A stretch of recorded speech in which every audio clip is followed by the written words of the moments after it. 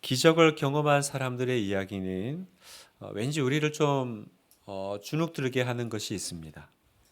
기도했더니 병이 낫다든지 또 일반적으로 잘 볼 수 없는 어떤 특별한 하나님의 역사를 또 하나님의 능력으로 경험했다든지 또 요즘 이렇게 그 매스미디어 통해서 많이 간증하시는 그런 은혜로운 얘기를 들으면 한편으로는 너무 마음에 도전도 되고 또 나도 그렇게 해야겠다, 되면 좋겠다 생각하지만 또 다른 한편으로는 굉장히 이렇게 위축되는 게 있죠. 나는 왜 안 될까라는 거죠. 내 기도는 뭐가 문제가 있길래 이렇게 기도했는데 응답이 없을까? 그래서 참 여러 가지로 고민을 해봅니다만 내 삶은 여전히 이런 삶의 연속으로 이어져 갑니다. 그리고 뚜렷한 해결책도 잘 모를 것 같아요. 분명히 저쪽에서 얘기하는 걸 들으면 참 하나님 너무 살아계시고 그때그때마다 역사하시는 것 같은데 그런데 내 삶으로 돌아오면 내 병은 그대로고 내 상황은 나아지지 않고요. 그럴 때로는 자책도 해보죠. 나의 불신앙 때문인가? 기도가 부족해서인가? 그래서 때로는 기도도 더 열심히 해보지만 그 기도도 금세 또 이렇게 또 풀이 죽고 또 다시 예전으로 돌아가는 것들을 봅니다. 왜 하나님은 우리에게 그때그때마다 또 응답하시고 인도해 주시지 않을까? 이런 질문은 그리스도인들이라면 누구나 한 번쯤 다 아마 가지실 거예요. 제가 그 전도사 때였던 것 같아요. 이제 청년부를 맡았는데 여름에 이제 청년들과 함께 이제 수련회를 지방으로 가게 됐습니다. 그래서 뭐 많지 않았던 인원들이라 이제 스타렉스에 이제 나눠서 이제 태우고 이제 가는데 지방으로 가는데 목적지 가는 길은 두 가지였어요. 이제 경부 고속도로를 타고 내려가든지 아니면 이제 내륙 이제 고속도로를 타고 내려가든지 두 가지였는데 고민을 했죠. 어떻게 갈까 하다가 내륙 고속도로를 타기로 결정을 했습니다. 그렇게 한참을 잘 내려가는데 하필 우리가 가는 길에 이제 산사태가 난 거죠. 굉장히 이제 길이 이제 막혀 가지고 왜 그런가 봤더니 이제 그때 한참 여름이니까 비도 많이 오고 그래서 산사태가 나가지고요. 뭐 길을 완전히 덮어버린 거예요. 오도 가도 못하는 그런 이제 어려운 일이 벌어졌습니다. 그때 딱 먼저 들어오는 생각이 그거였어요. 하나님 왜 이러시지? 그런 마음이 드는 거예요. 하나님 왜 안 도와주셨을까? 우리 생각은 하나님 인도하셔가지고 그 찰나 아니에요. 이렇게 어느 길을 가야 되나? 경부선을 가야 되나? 내륙 고속도로를 타야 되나?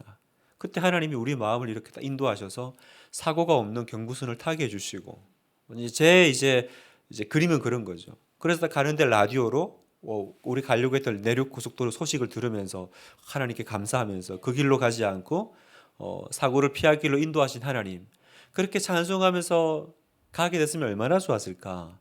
그게 제가 생각했던 그림인데 하나님은 왜 내가 분명히 출발할 때 하나님 잘 도착하게 도와주세요. 또 인도해 주세요라고 기도했는데 인도는커녕 오히려 산사태가 나는 길로 인도하셨을까? 이제 그런 어, 좀 하나님 탓을 하게 되는 거죠.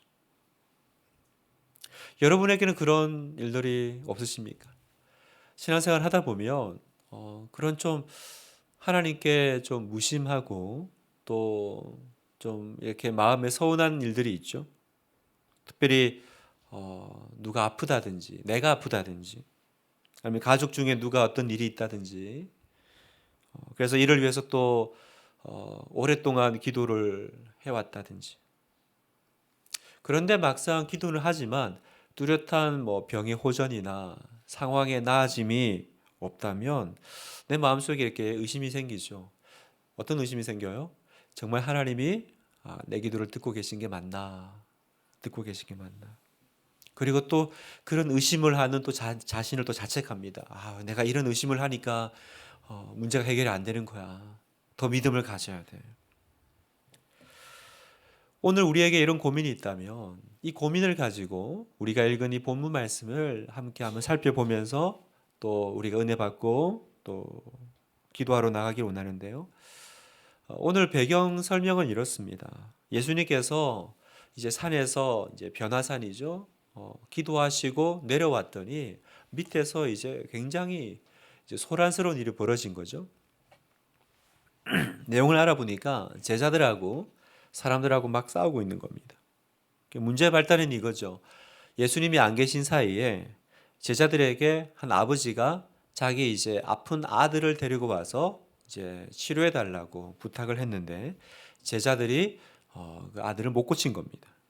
18절에 보니까 귀신이 어디서든지 그를 잡으면 거꾸러져 거품을 흘리며 이를 갈며 그리고 파리에 지는지라. 내가 선생님의 제자들에게 내쫓아 달라 하였으나 그들이 능히 하지 못하더이다. 지금 아버지는 얼마나 애절하겠습니까? 귀신이 어디서든지 그를 잡으면 거꾸러져 거품을 흘리며 이를 갈며 그리고 파리해져 가는지라. 그 아들의 그 고통을 바라보는 그 아버지의 심정은 뭐 너무나도 처참하고 이루 말할 수 없을 겁니다. 그리고 또 이 병은 어릴 때부터 진행됐다고 합니다. 21절 보니까 예수께서 그 아버지에게 물으시되 언제부터 이렇게 되었느냐 하시니 이르되 어릴 때부터니이다. 어릴 때부터니이다. 차라리 일반 병이면 뭐 어떻게든 좀 희망을 가지고 뭐 치료를 해보려고 하지만 우리가 방금 읽었다시피 지금 이 양상은 너무나도 특이하죠.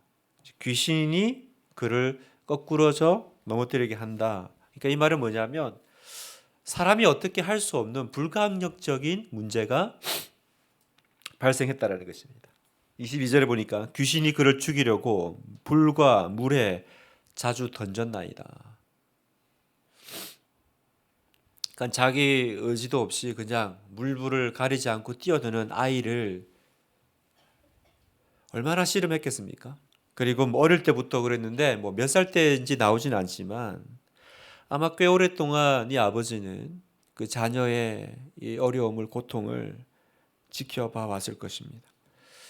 어떤 때는 그냥 이 아들과 함께 죽을까 뭐 그런 생각을 했을지도 모릅니다. 왜냐하면 우리가 주변에서 이렇게 어려운 일들을 많이 겪는 분들을 이렇게 보면 그런 참 이제 힘든 결정을 하시는 분들도 있잖아요. 뉴스나 매스미디어에 보면요. 어떤 집에서는 그 지체 장애인 자녀 또 어떤 문제가 있는 상황 그걸 막 견디지 못해 가지고 자식도 죽이고 스스로도 목숨을 끊는 그런 비정한 사건이 벌어지기도 하고요. 차마 그 상태까지 가진 않지만 그냥 나의 유일한 소원은 내 아이보다 내 아이가 나보다 하루 일찍 죽는 겁니다. 제가 전에 교회에서 우리 장애아이가 있는 가정을 신방했을 때 그 부모님이 그 엄마가 그런 얘기를 하시더라고요. 아마 비슷한 얘기 많이 들어보셨을 거예요. 그러니까 그런 부모님의 유일한 소망은 그냥 내가 죽으면 이 아이를 돌볼 사람이 없으니까 그냥 내가 나보다 그냥 아이가 하루 일찍 그냥 죽으면 좋겠다. 그러니까 이런 얘기를 들으면 너무 공감이 되잖아요. 우리는 이 아버지의 고통이 공감이 됩니다. 물과 불에 뛰어드는 아이, 막 거꾸러져서 거품을 물고, 근데 어떻게 하지를 못해요. 자신이 아픈 것보다 사랑하는 사람의 아픔을 더 크게 느끼는 것이 우리입니다. 여러분에게도 그런 고통이 있으시죠? 때로는 그냥 내가 당하는 게 차라리 낫겠다라는 거죠. 차라리 내가 아프면 그나마 낫겠는데, 제 아이를 고칠 수만 있다면 어떤 대가와 희생을 내가 치를 수도 있겠는데. 오늘 말씀을 준비하는데 오후에 잘 아는 목사님 가정의 기도 제목을 이렇게 또 들었습니다. 초등학교 자녀인데 계속 이렇게 기침하고 아이가 아파서 그냥 이렇게 왜 이렇게 감기가 오래 하나 그냥 좀 병약한 아이인가 그랬는데 이제 검사를 했더니 오늘 암 진단을 받아서 이제 항암 치료를 해야 된다는 거예요. 초등학교 2학년밖에 안 되는 아이입니다. 그런 얘기를 듣는데 가슴이 먹먹하고 생각이 막막해지는 거예요. 기도를 해주지만 뭐 다 자녀를 키우는 입장에서 뭐 어떻게 하겠어요. 우리 모두에게 귀신 들린 아이 같은 내 힘으로 어떻게 할 수 없는 문제들이 있습니다. 질병이든 가정의 문제든 또 개인적인 문제든지 생각할 때마다 괴로운 것이 있습니다. 여러분 그 문제가 생겼을 때 우리는 뭘 해야 됩니까? 이 아버지가 잘한 게 있는 거예요. 이 아버지는 뭘 했습니까? 예수님께로 그 문제를 가지고 나왔다는 것입니다. 사랑하는 여러분, 내가 어떻게 감당할 수 없는 문제를 만났을 때는 내가 그걸 가지고 하나님께 나오셔야 됩니다. 하나님께 나와서 주님 앞에 무릎 꿇고 주님 도와주세요. 주님 은혜를 주세요. 주님의 긍휼을 구하면서 엎드리는 겁니다. 어떤 분들은 그런 말을 하세요. 내가 평소에 하나님 안 찾다가 어려운 일 생겼다고 하나님 찾는 게 너무 눈치가 보여요. 여러분, 힘들 때 하나님 안 찾으면 그러면 언제 찾으려고 그러세요? 힘들 때 찾는 겁니다. 그래서 성경에 환난 날에 나를 부르라 하십니다. 환난 날에 나를 부르라. 제가 평소에 잘 나가고 이렇게 어려운 일 없을 때는 등한시하다가 제가 이렇게 어려운 일 생겼다고 기도하고 예배드리고 기도 요청하려니까 제가 참 면목이 안 씁니다. 아니요, 여러분. 그때가 내가 하나님께 나아갈 때예요. 그때가 내가 주님 앞에 기도해야 될 때예요. 주님은 아십니다. 주님은 우리의 연약함을 아세요. 나는 그때가 하나님을 찾는 사람이라는 걸 주님이 아시니까 내가 그 문제를 가지고 나아가면 주님은 언제나 따뜻하게 맞아주실 거예요. 맞아주시고 또 그 문제 가운데 은혜를 주시고 힘 주시는 주님이십니다. 그래서 이 아버지가 잘한 건 뭐예요?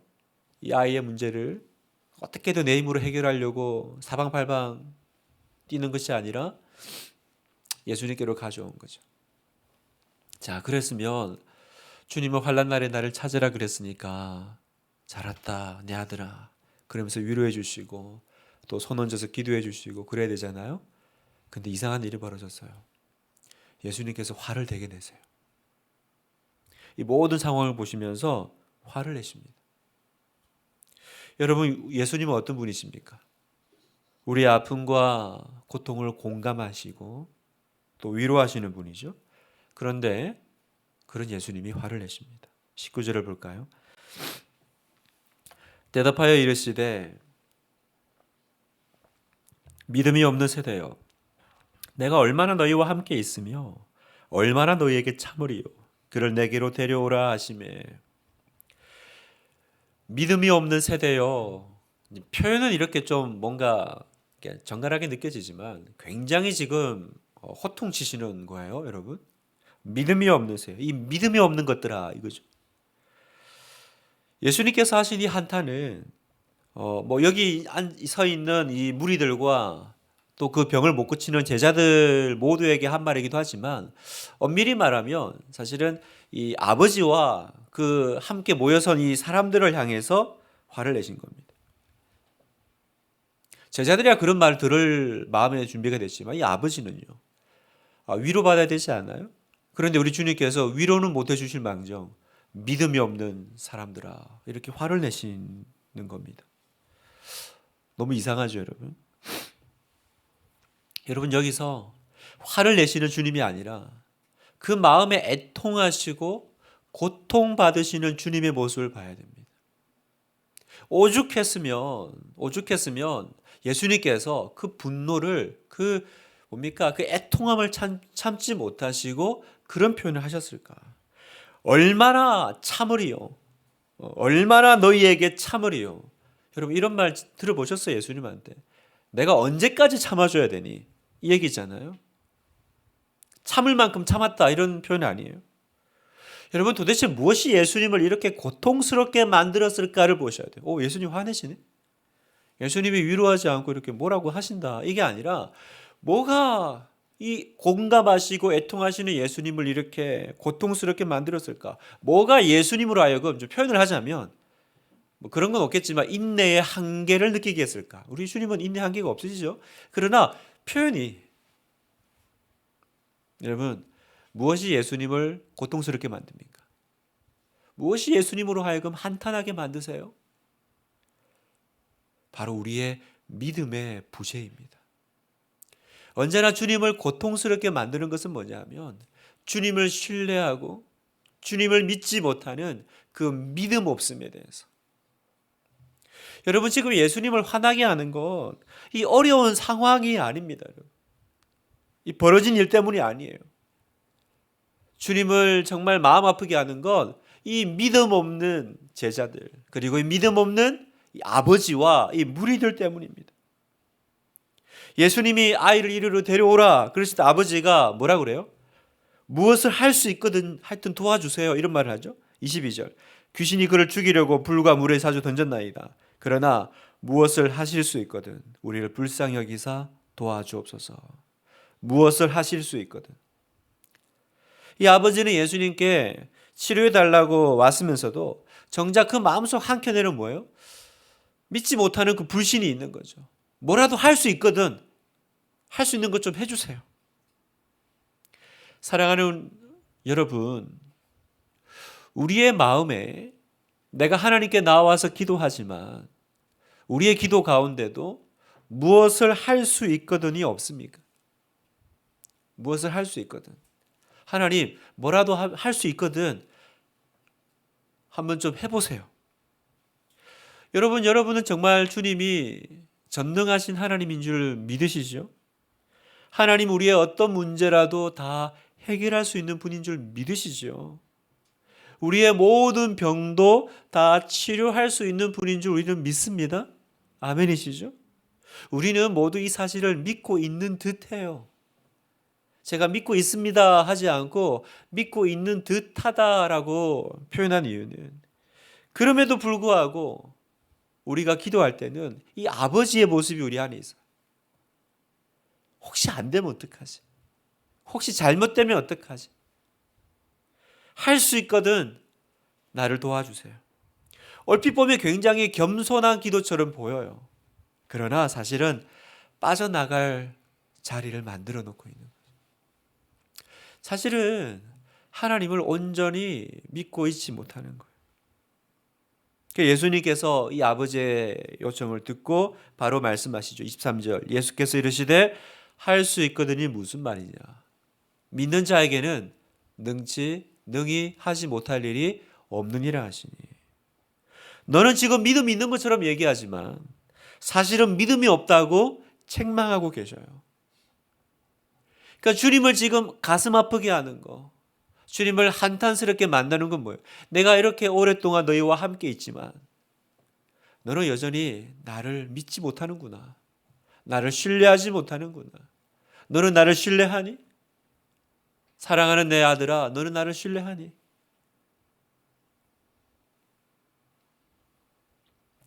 그제서야 이 아버지는 자신의 문제를 깨닫습니다. 나의 문제는 뭐예요? 믿음 없음이에요. 나는 믿음이 없는 거예요. 24절에 보니까 읽지 않았지만 제가 한번 우리 같이 한번 읽어볼까요? 시작. 곧 그 아이의 아버지가 소리를 질러 이르되 내가 믿나이다. 나의 믿음 없는 것을 도와주소서 하더라. 소리를 질러 이르되 이제 내가 나의 문제를 깨닫고 정말 본질적인 것을 주님께 요청하죠. 아이를 고치는 것이 문제가 아니고, 그죠? 할 수 있거든 뭐라도 한번 해보세요. 그 요청이 아니라 뭐가 문제예요? 나의 믿음 없는 것을 도와주소서. 나의 믿음 없는 것을 도와주세요. 이게 저의 문제입니다. 내가 믿나이다. 내가 믿고 싶습니다. 그러나 믿음이 없어요, 주님. 저의 믿음을 좀 도와주세요. 여러분, 여기서 말하는 믿음은 뭘까요? 무슨 믿음을 말하는 걸까요? 나의 믿음이 없습니다. 이 말은 나는 기도한 대로 반드시 이루어질 거라고 못 믿고 있네요. 내가 기도하면 반드시 그렇게 될 거라고 믿게 해주세요. 그 믿음인가요, 여러분? 그 믿음인가요? 여러분, 여기서 아버지에게 부재하는 믿음은 내 기도는 반드시 응답될 거야. 그 응답의 여부에 대한 믿음이 아니에요. 나의 믿음 없음은 바로 예수 그리스도에 대한 믿음이에요. 예수님이 누구신지를 잘 모르는 믿음, 그분의 성품과 그분의 선하심에 대한 믿음의 부재. 여러분, 이건 내 아들이 낫고 안 낫고를 넘어서는 믿음입니다. 여러분, 착각하면 안 됩니다. 여러분, 믿음이 부족해. 도대체 우리는 무슨 믿음이 부족해서 우리 예수님께 애통함을 당하는 걸까? 너는 왜 네가 기도한 걸 이루어질 거라고 안 믿니? 그걸까요? 그런데 우리가 앞에서 얘기했듯이 우리의 삶 가운데도 기도하지만 계속해서 이루어지지 않는 제목들이 있잖아요. 그럼 우리는 계속 어떤 믿음의 추궁을 당하고 있는 걸까요? 믿음이 부족해서, 믿음이 없어서 그런 겁니까? 여러분, 여기서 말하는 믿음은 Yes, I can do가 아닙니다. 긍정의 힘이 아니란 말입니다. 여기서 믿음은 뭐예요? 주님을 바라보는 믿음. 어떤 결론이든 주님은 모든 것을 하실 수 있고 그 모든 결과는 당신의 뜻에 맡깁니다라고 하는 온전히 주님을 신뢰하는 믿음이에요, 여러분. 그 믿음이에요. 아버지는 처음에 예수님의 제자들이 고칠 줄 알았죠. 근데 못 고쳐줬어요. 그 처음에는 되게 믿음으로 왔다가 어떤 생각이 들었을까요? 뭐 제자들이 이러면 그 스승도 똑같을 거 아니야? 예수님이 진짜 구원자가 맞을까? 하나님의 아들이 맞을까? 그분이 정말 나의 구세주가 맞을까? 그래서 이 아버지에게 처음에 믿음은 어떤 믿음이에요? 아들이 낳으면 맞고 아들이 안 낳으면 아니고. 여러분, 이게 바른 믿음입니까? 기도 응답되면 하나님이 날 사랑하시고 기도 응답 안 되면 나 안 사랑하시는 거, 그게 바른 믿음입니까? 그게 예수님을 향한 믿음이에요. 사랑하는 여러분, 우리가 오늘 밤 기도하면서 진짜 붙잡고 다시 한번 기도가 뭔지를 배워야 돼요. 우리는 기도 자체를 하러 온 사람들이 아닙니다. 그죠? 그리고 기도라는 행위를 집중하면 하나님이 그 열심을 보시고 나의 기도에 감복하셔서 응답하시는 게 아니라는 거죠. 하나님 우리의 모든 문제를 해결해 주실 수 있습니다. 그러나 해결해 주실 수 있는 분이지만 해결 안 하실 수도 있습니다. 이건 모두 하나님의 뜻, 그분의 뜻 안에 있는 것입니다. 중요한 건요, 하나님이 내가 처한 문제를 해결해 주시든 해결해 주시지 않으시든 그분은 나의 주님이시며 그분은 언제나 옳으시며 그리고 그분은 선하시다라는 사실을 내가 믿는 것입니다. 그게 우리가 오늘 회복해야 될, 주여 나의 믿음 없음을 도와주소서, 이 믿음의 회복인 줄 믿어요. 내가 이걸 인정하고 그때 정말 그 전능하신 주님께 내 모든 걸 맡길 때 주님 뭐라 그러세요? 이제 네가 나를 믿는구나. 이제 네가 나를 믿는구나. 그 히스 윌이라고 하는 찬양팀이 있죠. 거기 보면 이제 그 팀의 이제 유명한 찬양이 광야를 지나며 또 믿음이 없이는 이런 곡입니다. 그 곡을 작곡한 그 장진숙 그 작곡가가 있는데 이분의 삶이 너무너무 힘들고 어렵더라고요. 20대 때 아버지가 폐암으로 돌아가시고 뭐 이제 어머니도 전혀 경제적인 그게 안 되니까 혼자서 이제 독립을 사는데, 말이 독립이지 여자애가 어떻게 살겠어요. 너무너무 어렵게 삽니다. 그리고 나중에는 자기 어머니도 암에 걸리고 또 자기 어머니가 암에 걸리는데 또 본인도 또 그 암인가 하여튼 뭐 비슷한 또 병에 걸려가지고 수술을 받아야 되는데 보호자란에 사인을 해준 사람이 없는 거예요. 왜냐면 어머니도 지금 암에 걸려가지고 지금 들어가 계시고 자기도 지금 여기 있고 아버지는 없고 이러니까 자기가 자기 보호자란에 사인을 하면서, 그리고 또 4년간 이렇게 미래를 약속했던 남자친구가 있었는데 이제 그런 모든 상황과 또 경제적인 이런 것 때문에 그 부모님께 이제 거절당하고, 그래서 결국은 그 남자와도 또 이제 헤어지게 돼요. 그 이제 이분이 그 수술 받으러 병원에 들어가면서 하나님 앞에 기도를 했대. 하나님, 내 삶은 왜 이렇게 힘들죠? 저는 왜 이렇게 힘드나요, 하나님? 너무너무 이제 참 답을 알 수 없는. 근데 그 자리가 광야를 지나며잖아요. 이분의 광야잖아요. 그런데 여기서 비로소 이분이 아버지 되신 하나님을 만나요. 그 정말 깊은 뭐 이제 뭐 간증이 뭐 길어서 뭐 다 설명할 수는 없지만 그 기도하는 과정 가운데 하나님이 이제 이 자매의 마음을 만지시고 위로하시는. 그래서 나중에 보면 이제 그 모든 이 이야기들이 이제 그 히스윌이라고 하는 찬양팀의 그 찬양곡 가사가 됩니다. 그래서 광야를 지나며 이런 유명한 이제 그 자기 고백적인 찬양이잖아요.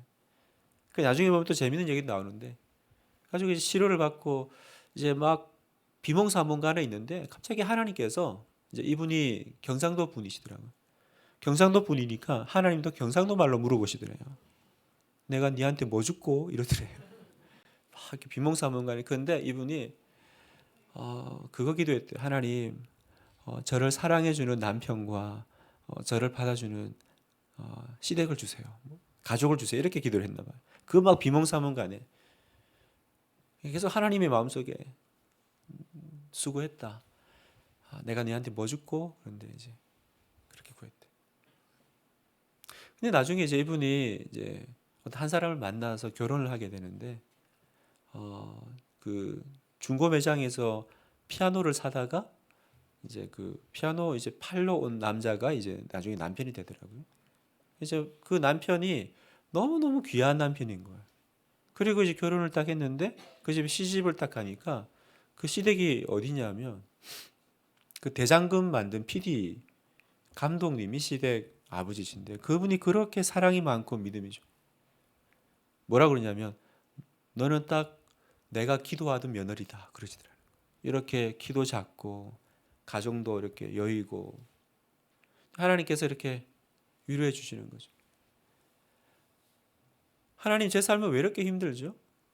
하나님 제 삶은 왜 이렇게 모든 것이 엇나가기만 합니까?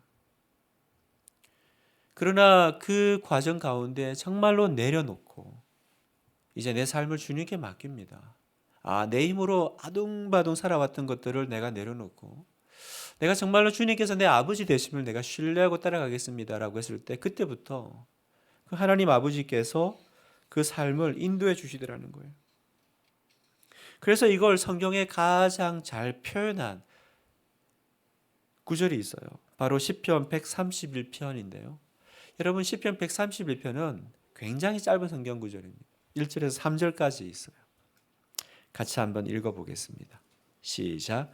여호와여 내 마음이 교만하지 아니하고 내 눈이 오만하지 아니하오며 내가 큰 일과 감당하지 못할 놀라운 일을 하려고 힘쓰지 아니하나이다. 실로 내가 내 영혼으로 고요하고 평온하게 하기를 젖된 아이가 그의 어머니 품에 있음 같게 하였나니 내 영혼이 젖된 아이와 같도다. 이스라엘아 지금부터 영원까지 여호와를 바랄지어다. 아멘. 여러분 엄마 품에 어머니 품에 안겨 있는 아이를 보십시오. 여러분 이 아이에게는 한 가지 믿음밖에 없어요. 어떤 믿음이 있을까요? 나를 안고 있는 이분이 나의 부모라는 믿음. 이 하나밖에 없죠. 어떤 것도 이 아이는 걱정하거나 고민하지 않아요. 오로지 하나만 믿습니다. 나를 안고 있는 이분이 나의 부모님이고 나는 이 품 안에서 어떤 경우에도 평안하다라는 거예요. 여러분 이게 성경이 말하는 믿음입니다. 내가 믿습니다가 아니라 내가 정말로 주님 안에 있으며 그리고 주님이 나를 지키시고 주님이 나와 함께 하시고 나를 붙잡고 계신다라는 것을 내가 바라보는 믿음이요. 그리고 그 안에서 평안할 수 있는 것. 그게 진짜 믿음이라는 거예요. 그래서 제자들이 그 풍랑이 있는 그 바다를 통과할 때 그 노를 젓다가 막 이렇게 우리가 죽게 된 것을 돌보지 않습니까? 그때도 예수님 일어나셔서 화내시죠. 믿음이 없는 자여 왜 두려워하느냐 그러시죠. 아니 왜 위로를 안 해주시고 호통을 치세요? 믿음이 없었다는 거죠. 어떤 믿음이요? 이 배에 타고 있는 분이 누구냐라는 믿음이죠. 이 배에는 누가 있느냐라는 거예요. 너는 이 배에 누가 있다고 생각하니? 그리고 너는 나를 누구라고 생각하니?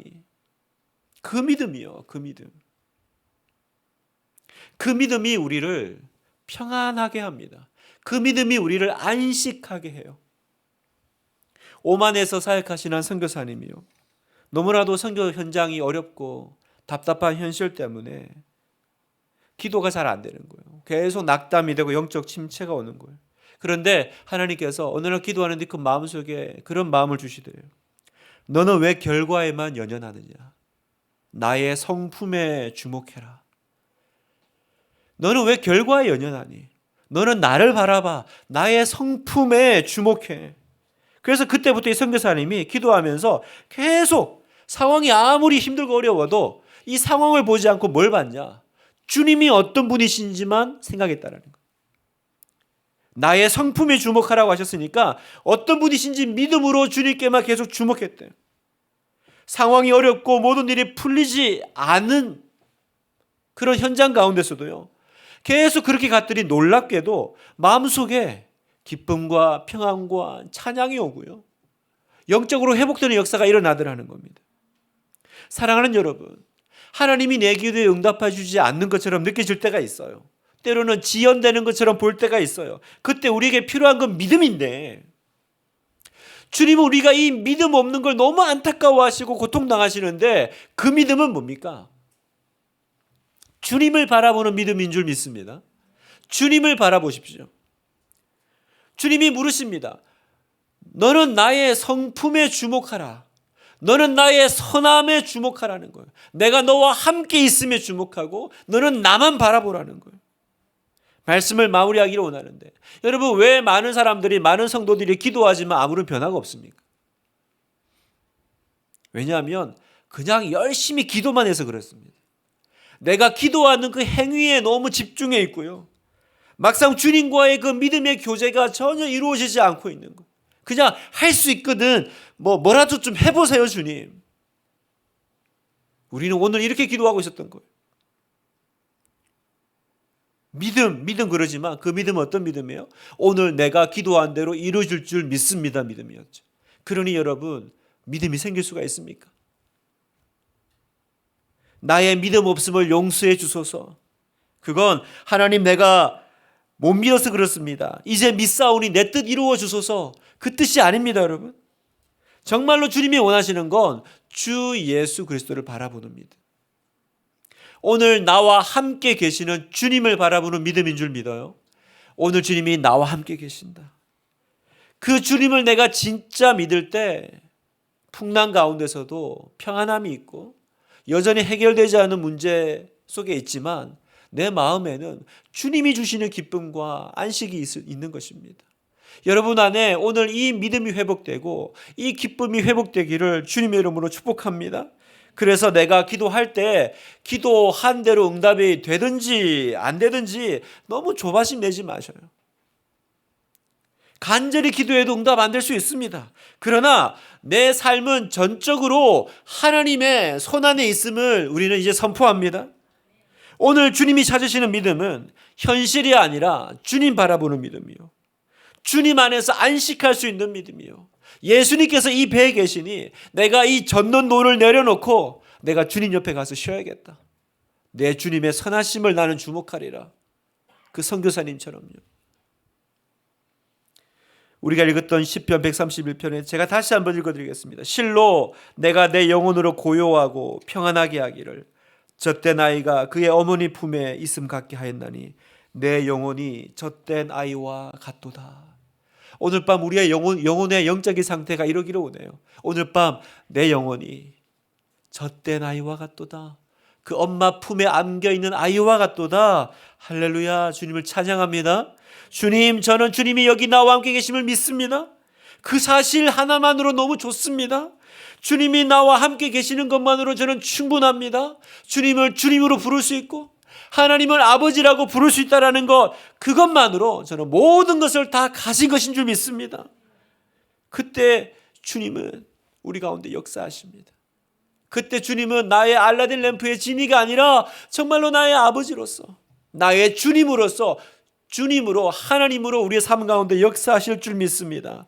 여러분의 믿음이 회복되어 오늘 밤 주님을 깊이 만나시기를, 그리고 나의 기도의 열정과 열심으로 무엇인가 일어나는 것이 아니라 내가 온전히 주님을 바라봄으로 말미암아 주님이 내 삶 가운데 이루어 주시는 것들을 미리 바라보고 기뻐하시는 그 기쁨이 회복되는 기도의 시간 되기를 주님의 이름으로 축복합니다.